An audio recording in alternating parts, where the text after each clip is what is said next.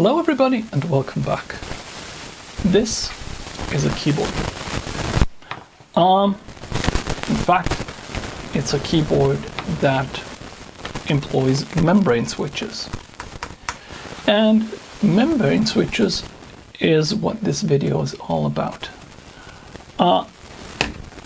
This thing here, which is my old programmer's calculator, also has membrane switches. And they look a little bit different, they feel different, they sound different, but in the end, these are also membrane switches. You have a membrane that you have to press down on, which will at some point give and create a contact that indicates to the device that the key had been pressed.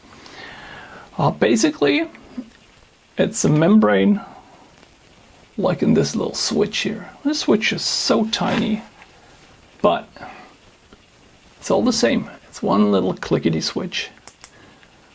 And it does the same as all these keys. This thing here also has membrane switches, but there's nothing in between the top and the switch itself. So when I press down on this here,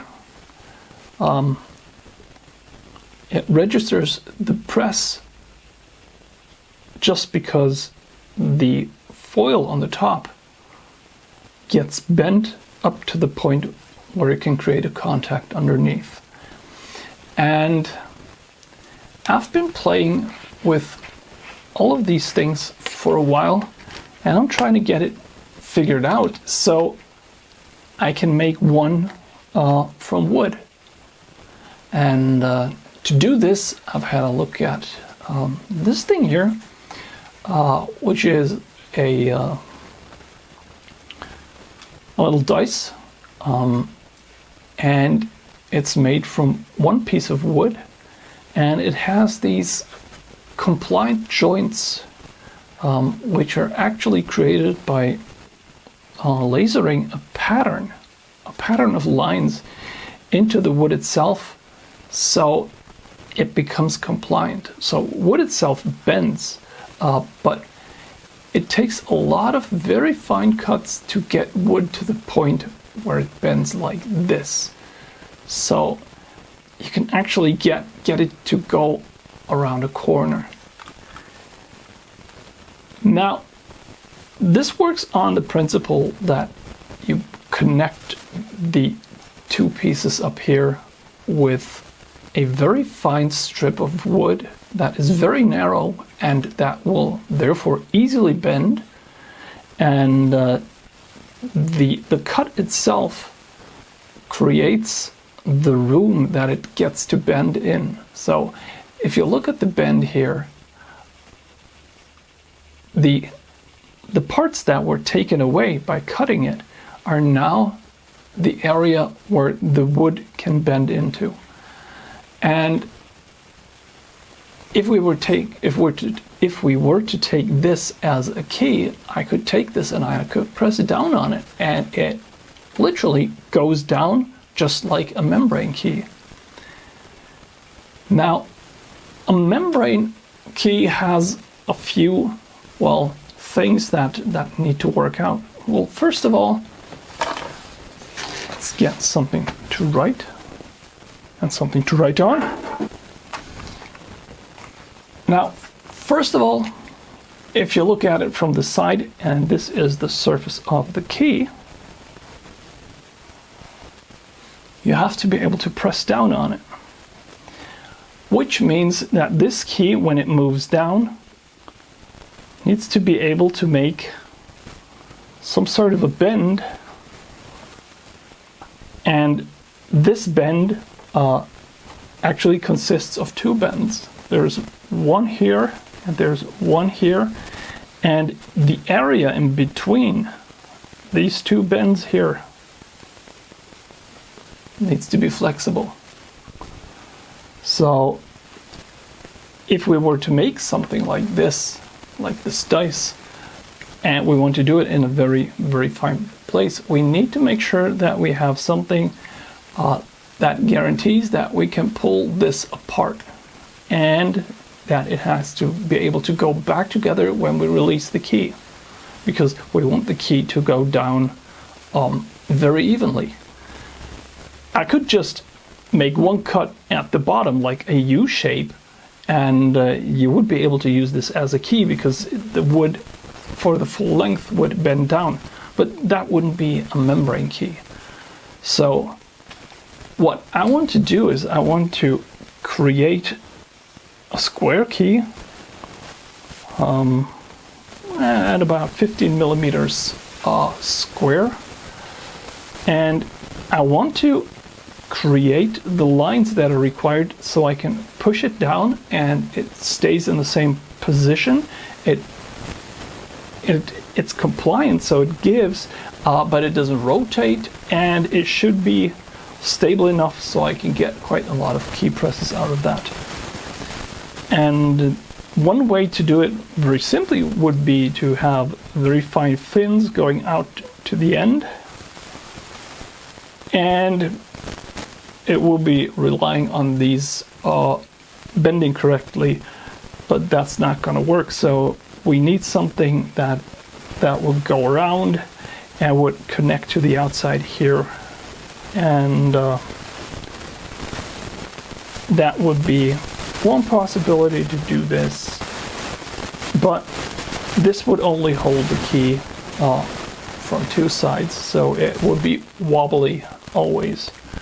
The next idea that I had been having was that I would make something like this that connects around the outside and just creates a small S-shaped connection, but that had the downside that this wouldn't do the elongation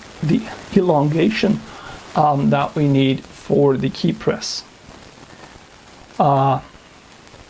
Then I started doing keys that would have two connections, one going over, back, and then connect to the end, and have these all around.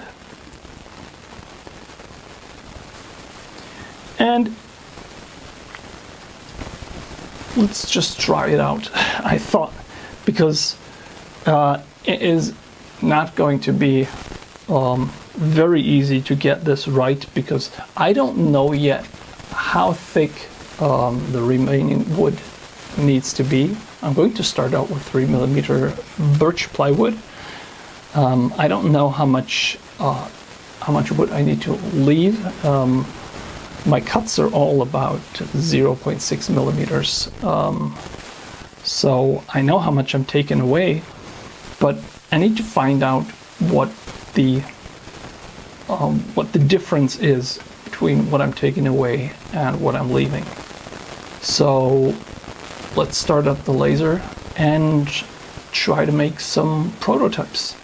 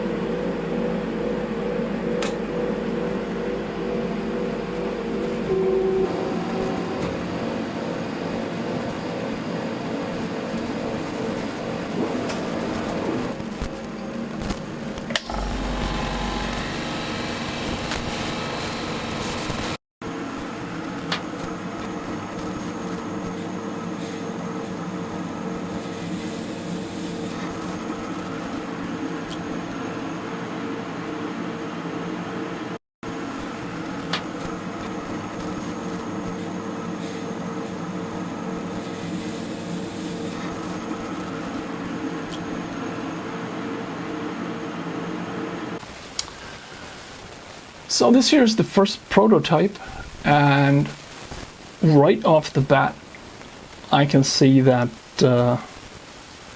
it did cut fine, but there's just not enough wood left on the outside these keys do move, so there is a little bit of movement, but it's already broken off. So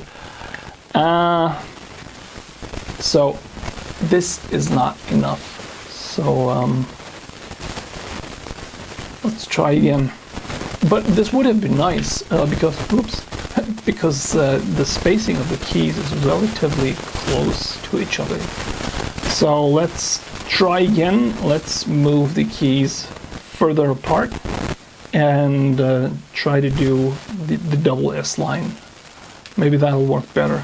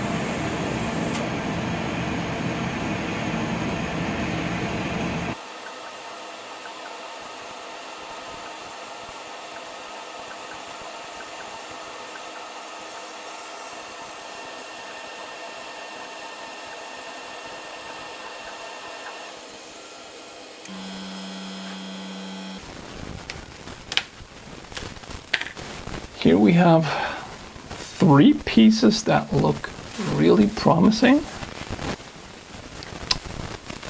and I did some experimentation about with the speeds that I was going to use, because I want to get to the point where I move through the wood as quickly as possible, but where I still go through 100% of it to have a very clean cut.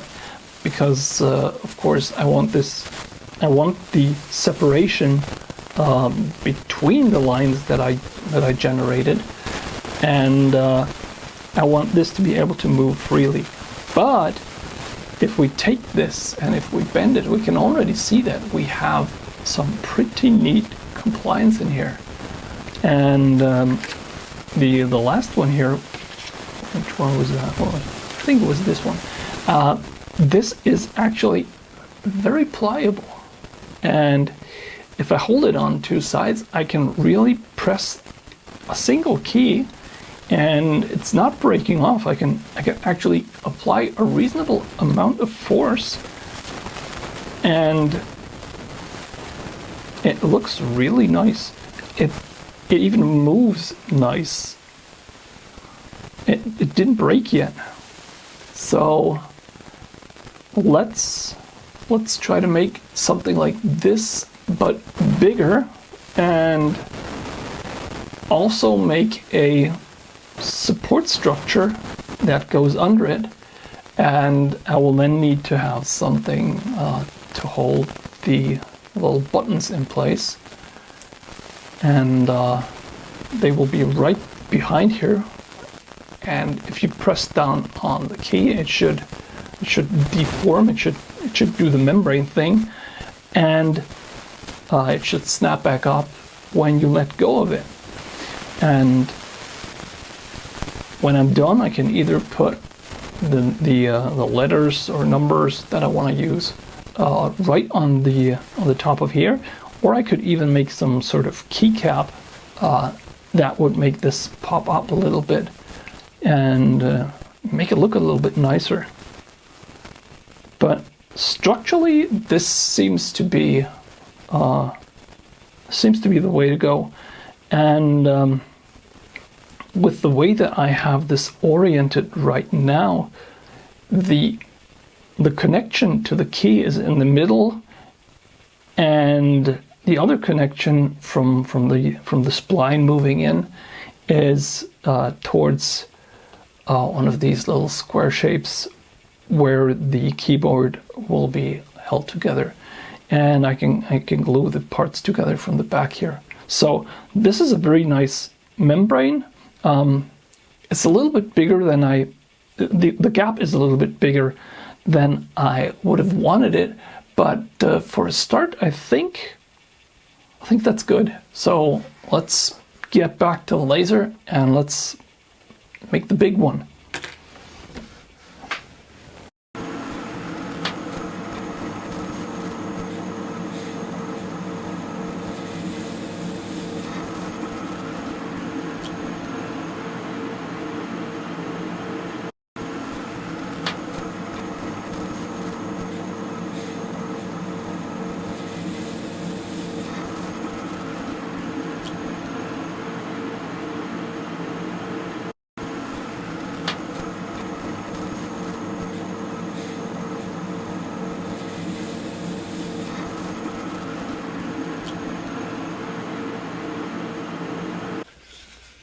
Here we have it. This here is the membrane, and unfortunately it has a bug. In fact, it has two bugs, so these two keys did not come out the way I expected them to come out. But that's really interesting too, because they are significantly different than the other keys, just by the fact that the connections at the real edges to the outside is not present. So these are a lot softer than the ones in the middle. Also, I have a layer in the middle that basically holds everything together, and it consists just of holes where each and every key is, and enough of an area so I can glue all of this together. And the back now has small cutouts for each and every one of the small switches, and there are some wooden ribs that are just pushing the switches in. So the switches are not glued in. They're basically just being held in there by the wooden rib and pressure from the top. And this thing actually works. It's really amazing. These keys are very soft. They bend very well, and the ones at the edge that are only held in from two sides, they are way softer, and they are a lot more clicky than the ones on the inside. But I don't know which one I like more.